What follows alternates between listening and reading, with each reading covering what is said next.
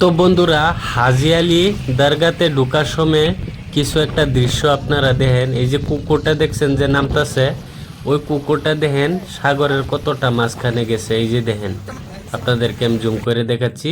এই যে দেখছেন, আচরিত ঘটনা। তো ভাই, হাজি আলী দরগাতে ঢোকার জন্য রুট এটা। তো সাইড দিয়ে অনেক ভালো লাগছে রুটগুলা। ওই যে দেখেন, আপনাদেরকে আমি জুম করে দেখাচ্ছি। ওই যে দেখেন বিল্ডিংগুলা, অনেক ভালো লাগে এই জায়গাটাতে আসলে।